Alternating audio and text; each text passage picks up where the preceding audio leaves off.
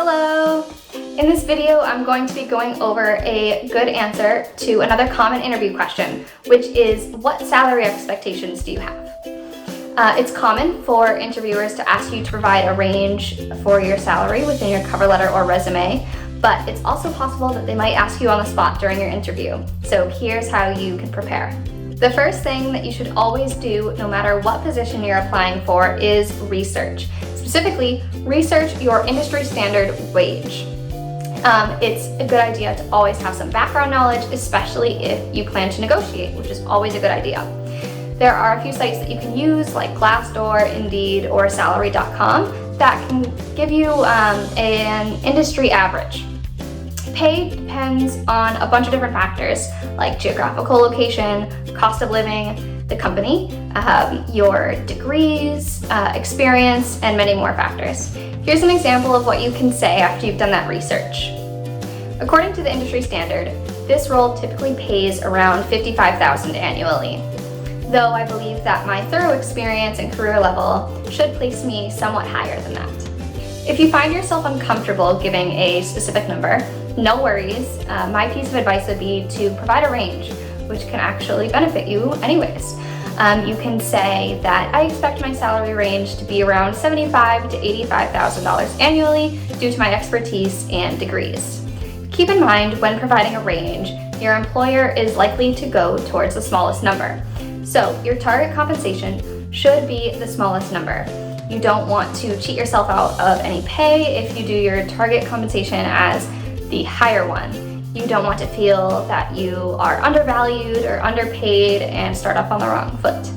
This can also inform your employers that you undervalue yourself, or that your skill set might not be up to par with what your resume or cover letter exemplified. The downside of providing a specific target number is that it would be harder to negotiate your pay. So I would say that providing a range is your best bet. My last piece of advice would be to deflect only if you have to, and that you should always negotiate, especially if you're presented with an offer right on the table. Introducing flexibility for your compensation can act as a safety net for a potential offer. Negotiations don't have to be settled right away or just on your salary, but also other benefits that the company can provide.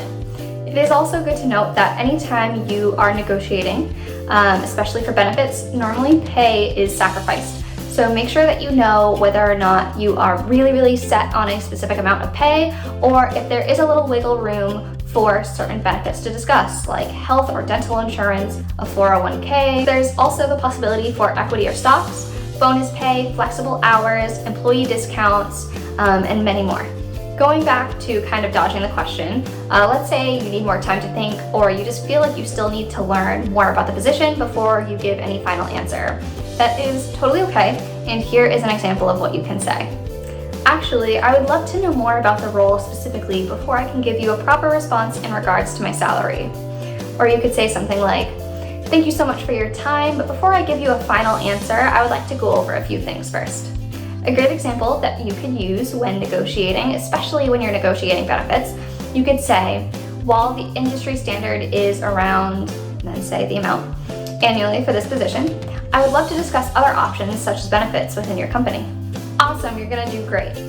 The main thing to this question is really doing your research and becoming educated about this role that you're about to obtain, and knowing your boundaries.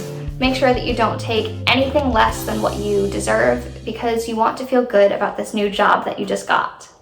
For some general interview advice, for me it helps if I write down a couple of impromptu answers before the interview, especially if I just write it on paper. It helps me when I'm in the moment and I can remember exactly what I wanted to say.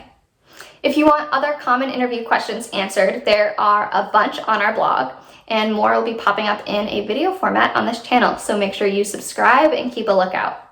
Bye bye.